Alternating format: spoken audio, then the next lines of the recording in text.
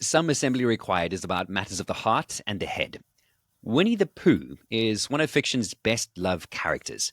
The overall theme of Winnie the Pooh is the importance of forming solid, lasting friendships. And with good friends, you will always have someone there to lean on, someone who will go on adventures and expeditions with you, and even someone who might invite you over for tea and a mouthful of something, and someone to tackle adversity with.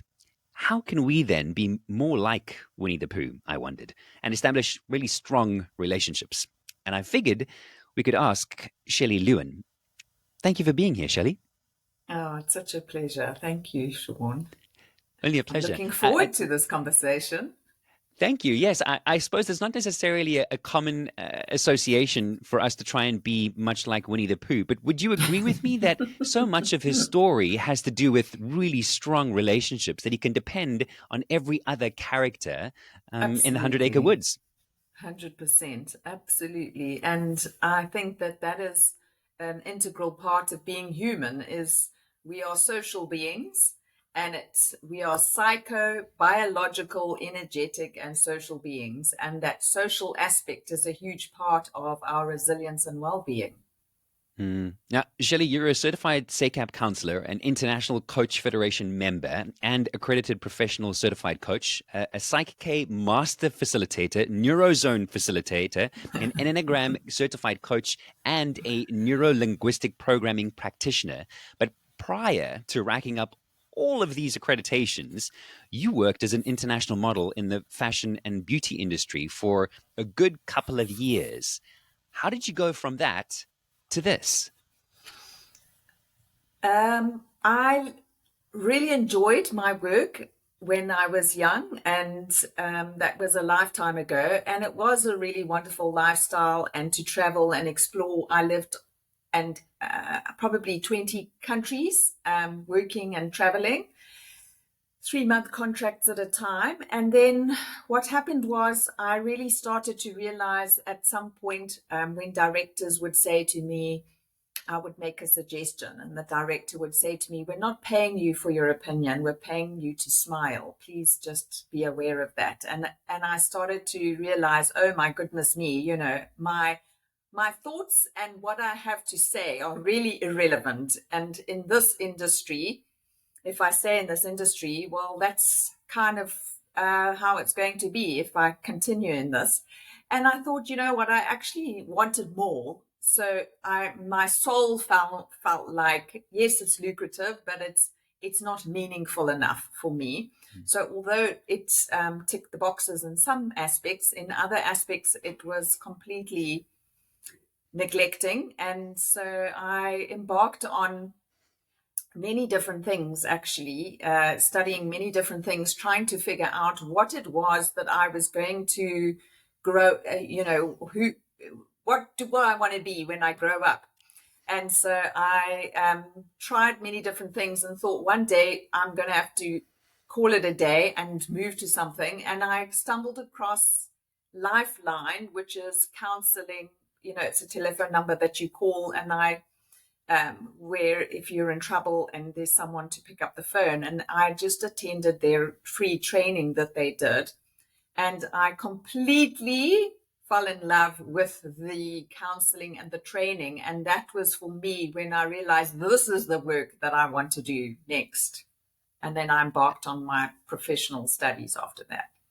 That's amazing. Following curiosity and Mm, ultimately ending up with discovering what your passion would be, exactly. Shelley. And in all the years that you've been doing this and prior, can you think of a relationship for you that felt the easiest? I think if we think back to, our younger years, sometimes we think about those close friendships that we had that we would just laugh for hours and you wouldn't necessarily know why you were laughing, but it just felt so comfortable to be in somebody's presence. Was there a really good relationship for you being moving from one country to the next and going from one job to the next? Can you think of a really easy relationship in your past? Well, if we go right back to my childhood, I actually traveled quite a lot as a child as well. So, we were originally from Zambia, then we moved to Zimbabwe, and we immigrated from there. My family then moved to the US, then we went to the UK. So So I never really had the opportunity to form friendships. And the one solid, consistent relationship I had was with my mom. And she has always been like my best friend. So I have two sisters, but they were much older than me and weren't necessarily around or wanted to hang out with me. So there was too much of an age gap for me to build a really sort of solid friendship. So yes, they were there and their presence, they were always looking out for me, but they weren't like my buddy. And I think because I was very shy and I didn't form bonds easily because of that shyness, that whenever we moved country, I just had a consistent phone call with my mom. She was my best friend, actually, and still Mm. is. So No, I was that's very beautiful that blessed there, in that way. yeah, beautiful that there is at least that one relationship that you can rely on. Exactly. Shelley, Absolutely. would you agree that when it comes to internal work that we do on ourselves to feel worthy, do you feel that that's an ongoing process, or can we arrive at that feeling? No, definitely not. Well, in to feel worthy. So yes, actually, I think there's a point at which you feel more comfortable in your skin. Okay, and I would say that ironically, when I was working as a professional model and I did a lot of body work, so I was doing a lot of sportswear, underwear, lingerie. So I was the body model. And so I was a lot of the time semi naked or naked, and I was a nudist for a while. And the irony is that in all of that, I was probably least uncomfortable in my skin. And only when I moved into doing this work did I really start to, when I was doing all the studying and the self reflection, and did I realize that it all actually came from a lack of self worth. And eventually, the more comfortable I became with myself and self acceptance, the self acceptance leads to a self worthiness where you value yourself and who you are and what you're willing to put up with and not willing to put up with, and what you say yes to and what you say no to. And I think that the more worth you have, the kinder you are to yourself. Hmm. And so that is an ongoing process, Hmm. because I like the way life you will phrase give you that. different circumstances, so different circumstances you will need to determine, what does kindness to myself look like in this situation. And sometimes you have to choose not, sometimes when you're in a relationship, you choose what's most kind for your partner or most kind for your child, and sometimes you do take the back seat. So it's not about being self-absorbed and it's all about me and as long as I'm doing fine. It isn't that. But you can't be doing anything that's going to be detrimental to you, that's not sustainable. So it's fine Right. for you to put yourself second or third or fourth, as long as you're not always second, third, or fourth. There have to be Okay. times when you are the priority, and you need to know when your tank is empty. So it's Hmm. about having a daily check in. How is my tank? How am I feeling? Am I completely exhausted? Okay, then my output is too high. Then I need to pull back a little bit. I need to focus on self care, self nourishment. What is my, what are my energy levels, that energy hygiene, knowing how much energy you have and how much you have to give out. Because if you aren't taking care of yourself, and I think that the self acceptance, self worthiness, self valuation piece is around giving yourself permission to check in to your tank and then Wow. saying, right, that's what I need. I so much of that resonates, and it reminds me of a time I've spoken about on the podcast before, where I've gone through burnout and not realized that I need to give myself the attention because I'm quite happy Yes. to make sure that others are comfortable and that they're taken care of more so than myself. And before we get further into the importance of having a healthy relationship with ourselves, how how does the way that we build and maybe evaluate the relationships we have with our colleagues and other professionals differ, if at all, to the relationships that we have with our friends or our families or our intimate relationships for that matter? Okay. So the way that I see relationships and I work in the corporate space as well as a leadership coach. So what happens is that I discovered that actually relationships have this dynamic. There are these dynamics at play. So it's around power and who has it. So there are relationships above, or vertical relationships. So professionally, that would be your leader or your customer. In your home life, that would be your parents and, all your elders. Relationships to the side are horizontal relationships. Professionally would be your co-workers and your peers. And in your personal life is your partner. And then you have relationships below where you have the power. And that is in your professional life is your direct reports, anyone reporting to you. And in your personal life, it's your children or your dependents, so people that are relying on you. So you have relationships above, to the side, and below. And in each of those, someone has the power. So that usually the relationships above, those people have the power. And depending on how they use that power, they are either empowering you or disempowering you. Okay. And then relationships to the side, you're either empowering each other or not, the same. And if you are the parent or the leader who has direct reports or children, then you have the power. And what tends to happen is when people have the power, they expect obedience and compliance. And unfortunately, that's not going to build a healthy relationship. So people might do it because they respect you until they don't. And essentially what will happen is that you want, instead of compliance and obedience, you want people to collaborate with you and to cooperate with you. And the way that you do that is by empowering them, supporting them, motivating them, guiding them, and inspiring them. And they will want to follow you then. So a leader is someone who has followers. And if you don't have followers, then you're not a leader. And people will want to follow you if you are supporting, encouraging, cooperating, and you want what's best for them. So this plays out in any personal context or professional context. It's about understanding what is the dynamic that's at play. And sometimes your relationships to the side in a partnership, a traditional relationship. So when I say traditional, old school relationships used to be that in many cases, the wife is seen as a dependent, where the husband takes care of the wife. She's almost like another dependent, like another child. And so it can very easily slip into that power dynamic where the man is the boss of the home and he determines or dictates how things are going to be, instead of seeing it as in a relationship of equality.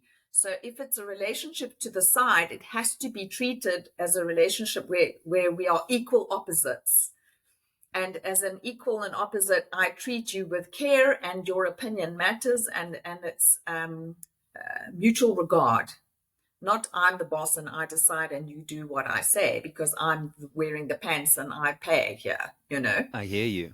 I hear you. So then my follow-up question to that was going to be, so then what is the foundation of a good relationship? And if I understand what you're saying, it comes down to that mutual respect then, and building the capacity to encourage someone else to be the best that they can possibly be.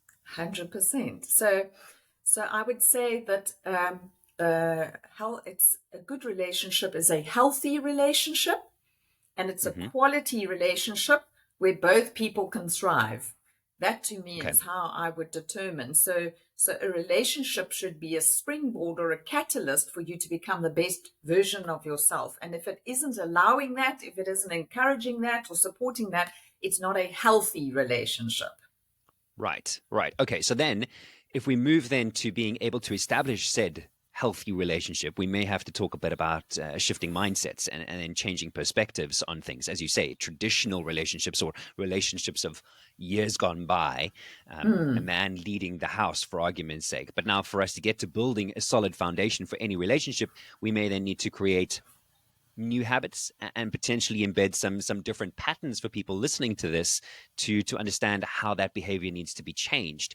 How do you, Shelley, then as a counselor start to, shall we say, unravel those perspectives? And and maybe make people more self-aware in order for them to change their behaviors?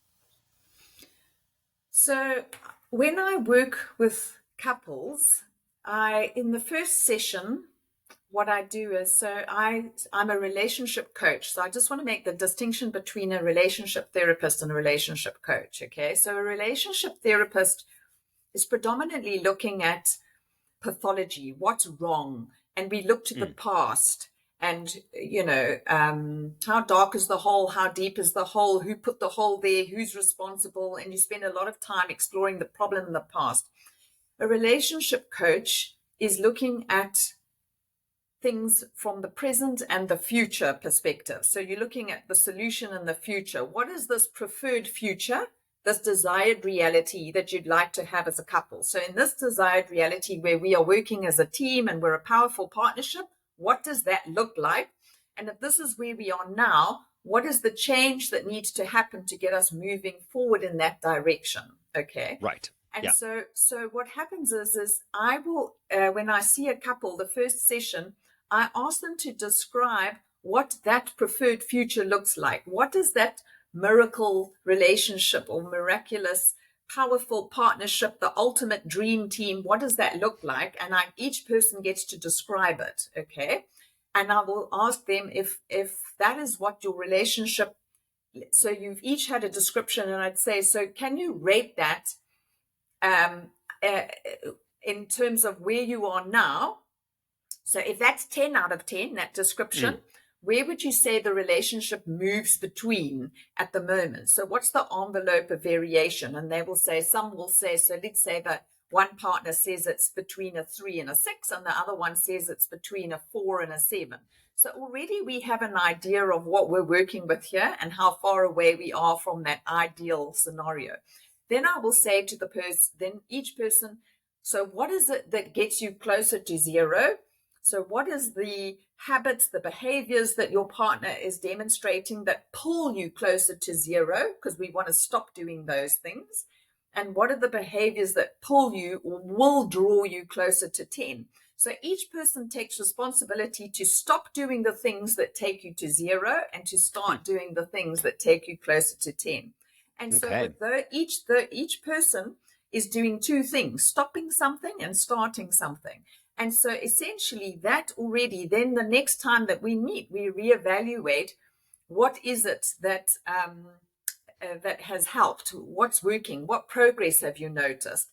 And so we very slowly, it's an iterative process where each couple determine what they need. So I can't give you a simple answer here in terms of, because every couple is different.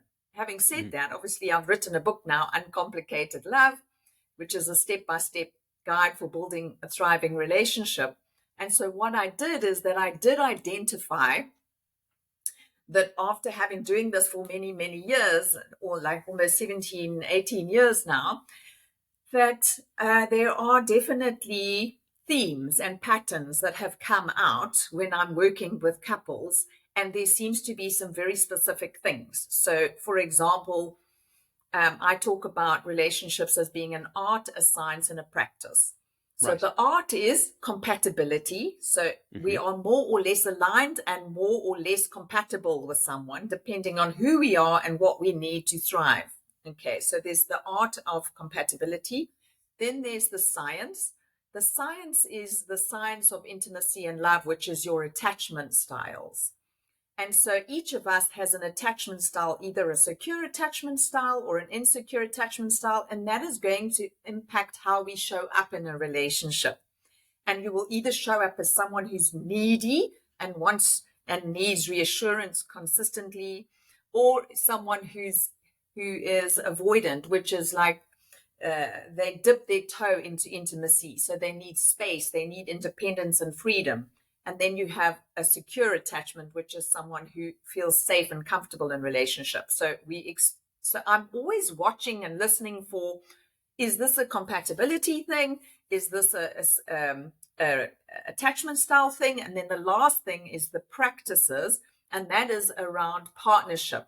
So we either have the partnering ability and the skills to show up as a quality partner, or we don't. Like in sport, you would have an A team, B team, C, D team. Are you an A team player or a D team player? So some Sure. people are excellent at communication, so they would be, maybe an A team player in terms of your ability to communicate, but then they're not very good at navigating conflict, for Mm. example. So these are all skills that are required. So as I go through this process with couples, I'm trying to basically diagnose, is the root of their challenge a compatibility issue, an attachment style issue, or a partnership issue? And I really believe that almost all relationships would benefit from doing personal development, from taking ownership for yourself and your own relationship with yourself, self-acceptance. If you know that the problem is we don't know what we don't know. Yeah. And so you'll go into a relationship not necessarily realizing where your challenges lie. And so that's one of the reasons why I've written the book, is because I really believe that individual therapy or individual personal coaching could be the Hmm. best couple therapy you will ever get. And because many challenges that show up in a relationship are not actually relationship problems between us, it's more that one person has a particular challenge, or one person struggling with communication, or one person struggling with anger issues. So it shows up between us, but it isn't actually a relationship problem. It's an individual's issue, which is why I say people are complicated and relationships are not. So that was a Well, very long answer, Sean. I'm sorry. I know you get me no, started on something. You can hear I'm very I excited about this. I love hearing your passion come through, and you tell the story so well. And I followed beautifully through everything you've Oh, said good. there. I should probably tell everybody that I've done an attachment style quiz, and I'm looking forward to finding out what my attachment style is. We'll get there. You've just said Okay. though that people are complicated, but you've titled the book "Uncomplicated Love." Yes. Why that distinction? So, because love doesn't need to be complicated, one of the biggest cliches in relationships is it's complicated. We Hmm. just hear about that all the time. It's complicated. And we're like, oh, yeah, sure, it is. It's complicated. We know that. We get that. But to me, that's a narrative that you've been telling yourself for a very long time that is un it's not true. It's unhealthy. It's a myth that needs to be broken. And the truth is that people are complicated. Relationships are not. Relationships are actually very simple. That's what I'm saying. It's an art, a science, and a practice. And when you get the art, the science, and the practice, and you understand that, then your relationship can flow. So I've spent 20 years trying to figure this out. And that was born from my own wounds, because I was completely terrible at relationship. And You were? I was terrible. Yes. So, so, so that's really probably where this comes from, is that, and it's in the book. So um, the book is weaved with my personal experiences and my professional experiences. So I mm, I was in many complicated relationships filled with drama, very sort of unsatisfying and unfulfilling relationships. And at some point, I realized maybe the problem is me. And that was when my fiancé left me. I sort of had Oh that no. realization, maybe I am the common denominator here. And so I embarked on this journey with a coach and doing a huge amount of self reflection. And that was where this career of mine was born. And that was one of the reasons that I got into counseling as well, is because I was trying to understand myself a little bit better, to heal myself. And so as I went into this work, I became my own guinea pig, and decided if I can figure this out for myself. And the funny thing was, I remember I did a personality profile assessment at the time. And it said in there that it actually said in the assessment that my results were that I would be completely clueless and useless in relationships. So, and the reason they said it, because I'm an analyst. And so it said these types of people obviously often struggle in relationships because they just don't get them. Okay. It doesn't fit into their analytical mind. Relationships don't make sense. And that's what it said in the thing. I was like, you're right, they don't make sense. So I then decided I was going to spend the next 20 years trying to make sense of them. And that's what I believe that I've done. I've made sense, common sense of relationships. And that's why I say people are complicated. Relationships are actually not. You've obviously come to good conclusions because you've already mentioned that you've been married for many, many years. So I can only assume that you took your learnings and you turned that situation around. Yes, exactly. So that's why I say that I'm my own social proof that I have been married now. Well, we've been together for well over 20 years and married for 18.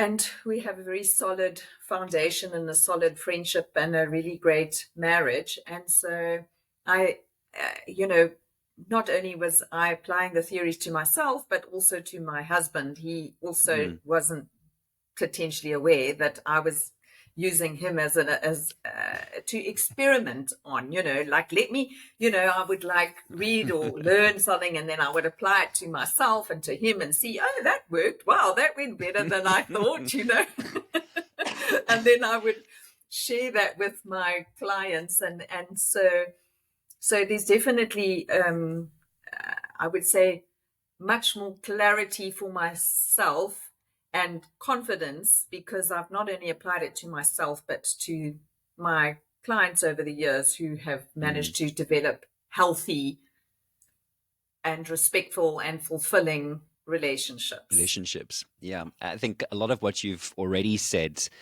you'll agree with my sentiments that I often feel life is what you make of it. Your external life is a reflection of your internal narratives. And you mentioned narratives 100%. a little earlier. What are some of the more common stories then that you find we are telling ourselves that we build our lives around that might not necessarily be true to us, these narratives that we developed internally that we're now externalizing, and we actually need to break those narratives down? What are some of those more common narratives that you deal with? So, the thing is, it may not necessarily be something that you're conscious of, and it's almost always a belief is mostly unconscious, but you would have an unconscious belief. I'm not worthy. I'm not deserving. I don't belong, or I can only rely on me. People are unreliable. People are not. I don't feel safe in relationships, or those sort of narratives are things that you may not necessarily be aware of. So I'm going to just open and share some of in the book that I've got. I sort of identified some common myths. So maybe I can just draw on some of those. So, for example, I say some of the misconceptions or outdated narratives. So I've got here, we can't survive without each other. And people think that's romantic, when actually we can't survive without each other is codependence and enmeshment. That's not healthy. The perfect person will complete me and fill any void or emptiness I feel. 1/2 + 1/2 = 1. And the realistic narrative for that is there's no perfect person, only a better or worse match. I am whole and complete as I am. 1 + 1 = 3. Another one, compatibility equals shared interests and hobbies. No, compatibility equals absolute freedom to be yourself. Go where you are celebrated, not where you are tolerated. So, in the book, I'm just sharing bits with you that, what about this one? My partner is responsible for making me happy.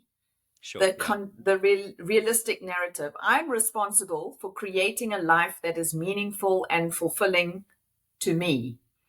Outdated. Once we are married and the deal is sealed, my work is done. Contemporary narrative. Deep connections between people are nurtured when the relationship is consistently prioritized, protected, and revered. And then I'll just share one last one. After I've found the right one, we'll live happily ever after. So I'm looking for the right partner. And then realistic is a quality relationship is the reward I get for being a quality, dependable partner. So it's around, you can hear, and there's quite a few more. I'm happy to share more if you like, but there's so many. So you wouldn't necessarily see underneath that is these stories of about how we don't take responsibility for Sure. ourself, our well-being, our that I've got my back. We put too much emphasis on that other people will come and look after me and take care of me, and it's you. You come into this world and it's you, and when you go out, it's you, and it's Sure. you need to build a relationship with.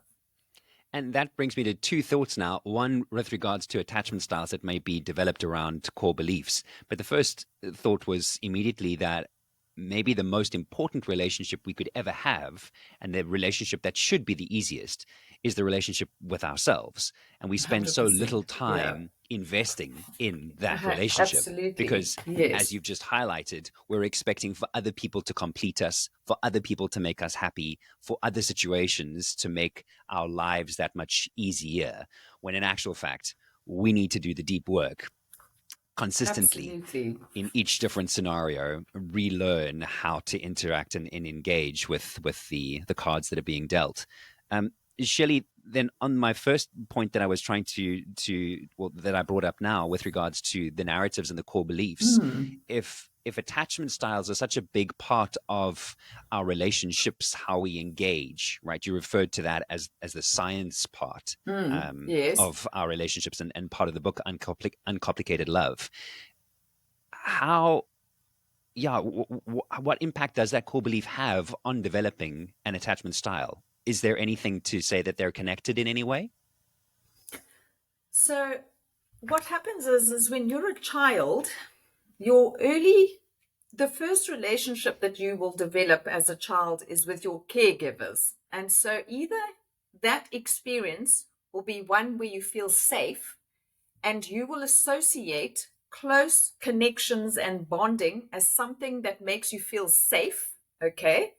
Or you will experience it as something that is risky and that you Okay. feel unsafe in it. So if your parents weren't available for you emotionally, if they sometimes were and sometimes weren't, and they were unpredictable, and you just sort of never really knew where you stood, so you would have an unconscious programming Mm-hmm. associated with bonding and connection. If you have a healthy association to it, you would recognize, I feel safe in a relationship where there's intimacy, and I feel, and I can relax and be at peace and ease when I am in relationship with someone, because Mm-hmm. intimacy is not scary, it's not threatening in any way, there's no risk to me.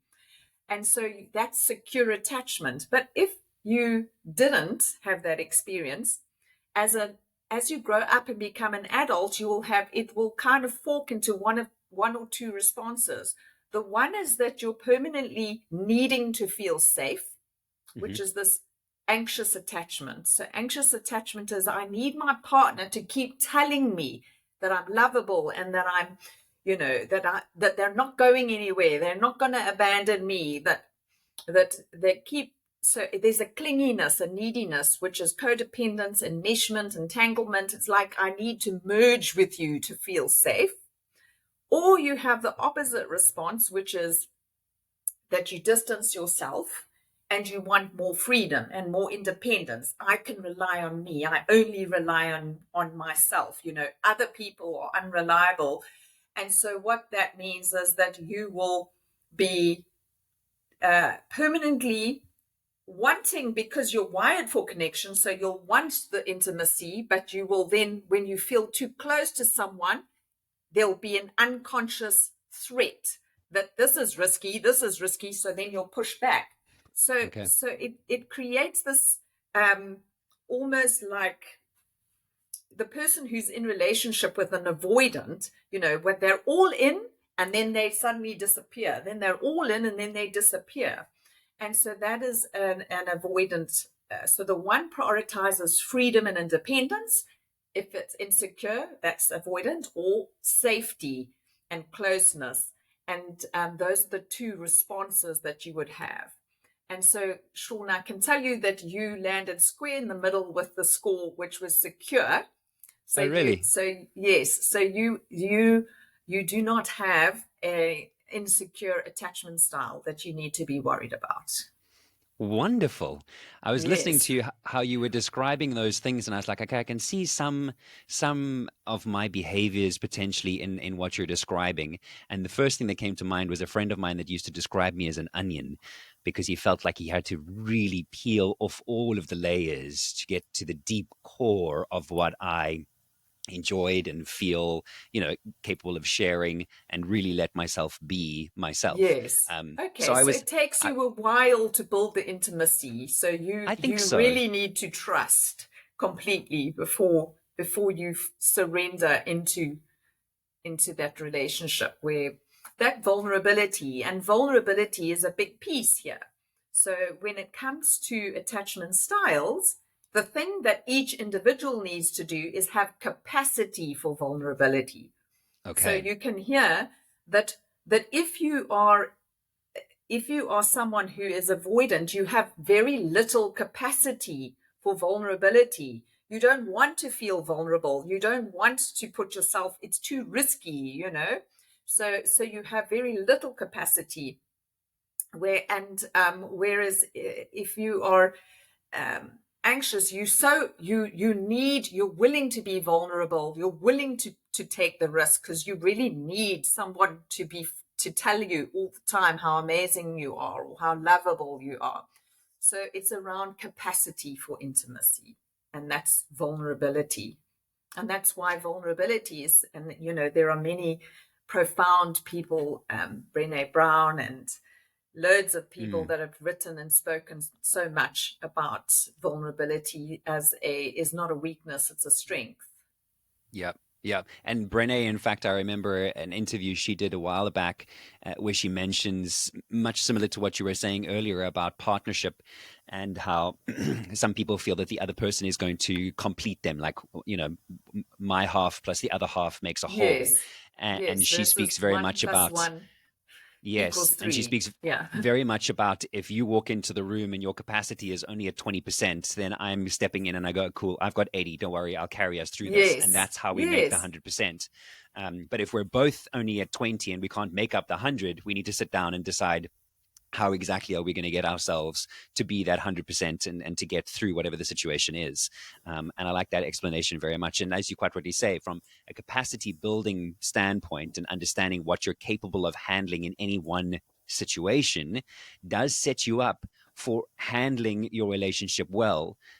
My question with regards to my attachment style, as you've just mentioned now, Mm. being secure, if, for example, and as an argument, for argument's sake, let's say my wife or my partner is the opposite of that, how would that show up in our relationship? If I'm very secure and if the opposite is an insecure attachment style, what would that Yes. then show up as in our marriage, in our relationship? What would that look like?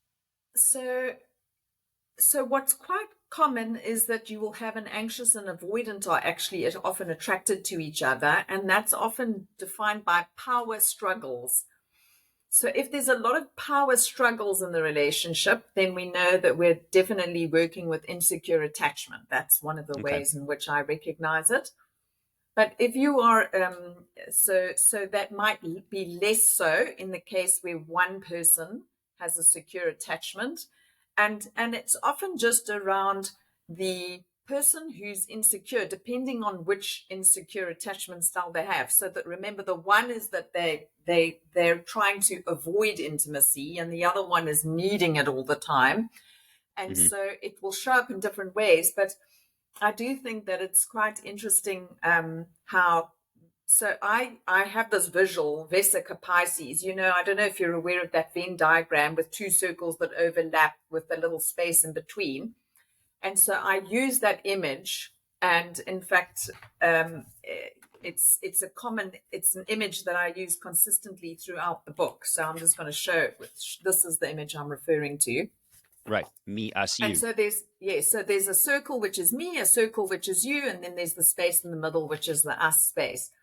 And so what happens is, when the circles are overlapped in an equal balance, then there's this healthy us. So your identity is very much around your well-being and the relationship's well-being. But when you have circles that are completely merged, then the us completely becomes the identity of the individual.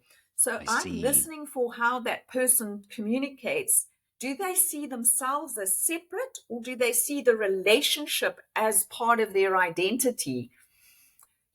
So someone who has a secure attachment style can see there's a me and there's an us, versus the us. If the us isn't going well, I can't have a good day. I can't go to work and just focus on work. Like, my whole life becomes consumed when the us is bent out of shape. They're unable to separate themselves from the us. And then the other would be that that there's indifference. So if you have an avoidant, then the circles are sort of pulling apart from each other. And in that case, that person almost is indifferent, couldn't really care less if the relationship isn't going that well, because they're sort of disconnected from it, almost waiting for it to fall apart because, oh, well, that's what happens, I can only rely on me. So it becomes a self-fulfilling prophecy. And so it depends on what the combination is of the couple. Okay. And then with attachment styles, they're indicating a person's capacity for intimacy, but then clearly based on that, it can affect your other relationships, as you say. If you're thinking that you're only worthy because your relationship is stable, or conversely, Yes. that's So going to what's carry over very into your other interesting, relationships when you it go to does. work. It does, but what's very interesting is that you can have different attachment styles in different relation. So you can Okay. be, yes. So it doesn't, your relationships in work, you can have a secure attachment, and but in your home environment, an insecure. So it's not a universal that applies to all relationships. And in fact, there is a website that you can go and take the test, and it will show you the different relationships where you fall. So it doesn't go through in all contexts. So I'm working specifically, when I'm working with couples, on how they show up in their intimate relationships. Beautiful. That is fascinating. And relationships are so integral to everything that we do. I can only encourage more people to spend more time on figuring themselves out and then entering relationships from a healthy perspective. Because from what you're Absolutely. saying, Shelley, it just gets that much better if we consider ourselves first. Absolutely. Absolutely. So I would say, every person, like, required reading, I think when you leave school, you should know your attachment style and what the impact of that is going to be. And your attachment style is not set in stone. It's not concrete. So I was avoidant, and that was my attachment style. That's why my fiance left me. Mm, So I was behaving badly. And every relationship that I was going into, I was the common denominator, and that would have continued unless I took ownership for that and took a look in the mirror and said, okay, what is going on here? What am I doing, and why am I behaving this way? And I identified, okay, So this is my attachment style that I'm dealing with. Now, how do I fix that? And it's around, you first have to have awareness. So awareness of what are we dealing with here? Okay. Once you have an awareness, then it becomes a choice.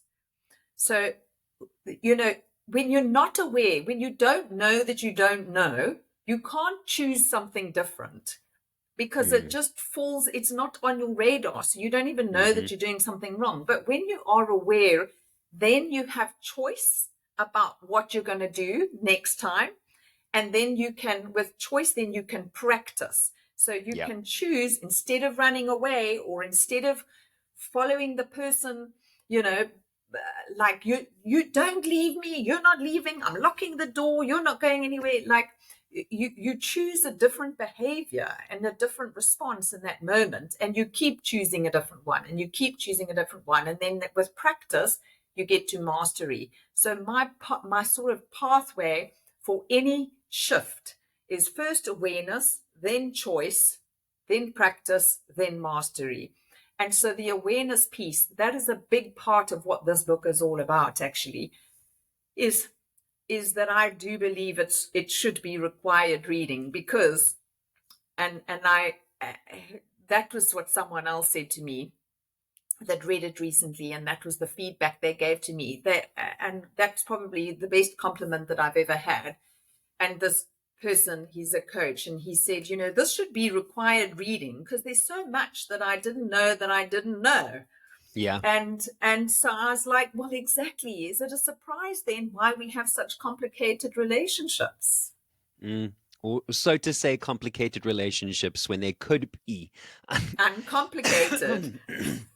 Precisely. So to say, complicated when they could actually be uncomplicated love. And as you quite rightly said, there's an art, there's a science, and then there's the practice. And I know, Shelley, you'll agree with Rumi, who said your task is not to seek for love, but merely to seek and find all the barriers with yourself that you have built against it. Absolutely. Do you know that that's what's in the front of the book, Sean? Do you know that that's what the book is centered around? I think you've mentioned it a few times to me, so I figured I should definitely include it in the interview. Yeah. It's wonderful. Absolutely. Shelley, it's such a beautiful quote. Shelley Lewin lives in Cape Town with her husband, Nate, her son, Pierce, and their Burmese cat, Bernie. If you're curious to know what your attachment style is, I have included the survey link in the show notes, as well as more information on Shelley's coaching practice and her book, Uncomplicated Love. Thank you so much for listening to this episode of Some Assembly Required. If you've enjoyed this episode, be sure to hit the follow button inside the app that you're listening on right now. And go ahead, share it with your podcast listening friends. I personally think we can all use a reminder to work on our internal dialogue and the relationship that we've developed with ourselves. And this could be that reminder. You'll find links to the Some Assembly Required YouTube channel, my Instagram account, as well as my free newsletter, Sean Shifted Something, in the show notes. I'd really like to see you subscribe and follow along. My name is Sean Lewitz, and this is Some Assembly Required.